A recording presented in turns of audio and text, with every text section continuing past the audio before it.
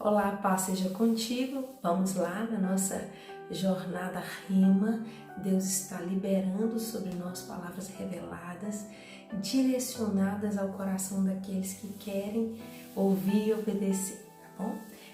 Você é escolhido para estar conosco e vem, são 21 dias, nós estamos caminhando já há 8, 9 dias, tá bom? 1 Crônicas capítulo 11 e 12 hoje. Então aqui ele vem falando das equipes e das alianças de Davi. Hoje as pessoas estão se isolando muito e isso nos preocupa. E eu tenho uma frase, eu costumo dizer que o isolamento é uma forma sutil de lidar com uma enfermidade da alma. Então eu me isolo porque é melhor do que eu enfrentar alguma situação. Então se você está se isolando, é importante fazer uma avaliação, porque o afastamento provavelmente pode ter gerado queima de energia dentro do seu coração de forma contínua. Enquanto não se resolver, vai ficar gastando essa energia, tá? Primeiro fala do reinado de Davi como rei de Israel, a conquista dele de Jerusalém. Ele conquista e começa a reedificar os muros ao redor da cidade, e Joabe termina essa construção da cidade. É importante a gente pensar em equipe assim também. A equipe não é apenas aquela que anda o tempo todo com a gente. Equipes são aquelas pessoas que também aceitam muitas das vezes fazerem trabalhos diferentes, mas de modo que o somatório vai ter um resultado muito bom para a equipe. E aí ele vem falando dos principais guerreiros de Davi, tá? Ele fala de Jazobeão, que nem é tão conhecido, mas era chefe dos oficiais. Depois ele fala de Eleazar, que era um dos principais guerreiros. Depois ele fala daqueles 3 que eram chefes do batalhão dos 30, que foram atrás das águas, da água na cisterna, que Davi acaba que não toma, que ele dedica ao Senhor, que ele fala que aquela água tem preço de sangue.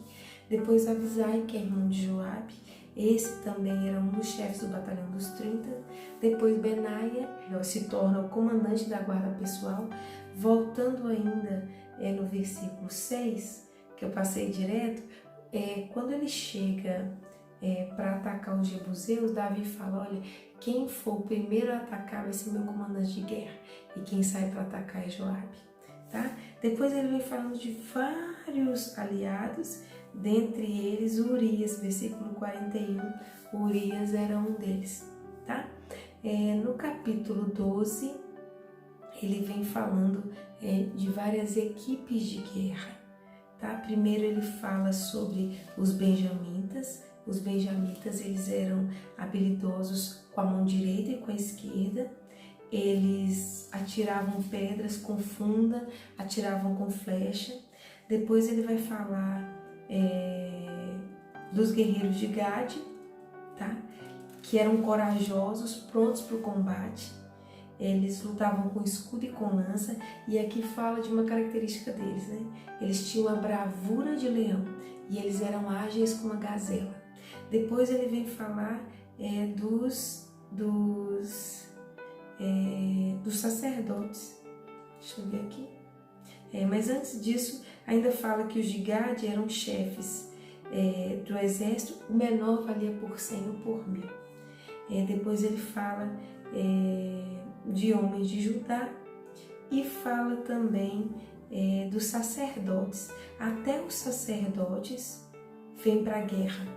Tá? Eu tô aqui verificando aqui o versículo, mas até os sacerdotes, até os sacerdotes vêm para a guerra.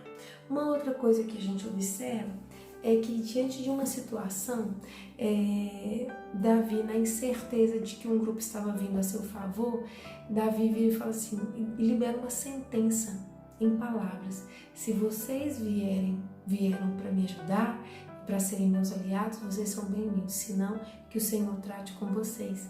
E às vezes a gente esquece de usar esse armamento de guerra.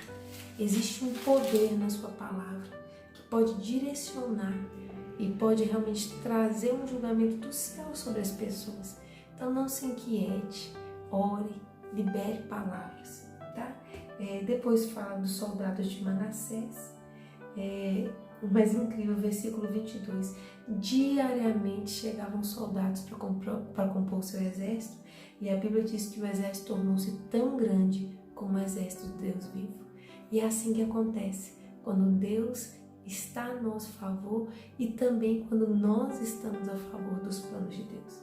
Depois ele vem falando do crescimento do exército de Davi, e é aqui que eu falo da tribo de Levi. Versículo 26, da tribo de Levi, 4.600, inclusive Joiada, líder da família de Arão. Preste atenção, até os levitas estão na guerra. Eles tinham missão de cumprir o templo, de cobrir o templo, de cumprir o tabernáculo, mas na hora da guerra ninguém aceitou ficar para trás, tá? E depois, olha, todos esses homens, 120.000 completamente armados, todos se apresentaram voluntariamente para servir. E também as provisões vieram para eles. Eles não tiveram falta. Além de ter a provisão, eles tinham alegria, né? E ficaram com Davi comendo e bebendo. E então Davi se alegra. Amém? Davi se alegra a assumir Israel. E que Deus te abençoe. Pense bastante nas suas alianças. Pense se você está isolado ou se você tem amigos. E não fique jogando a culpa nas pessoas. Tudo bem? Sou eu que decido se tem um amigo ou não. Ó, beijo no seu coração. Deus tem uma conquista para você e você precisa de aliados. Então, seja aliado de alguém, que automaticamente você terá aliados. Deus te abençoe.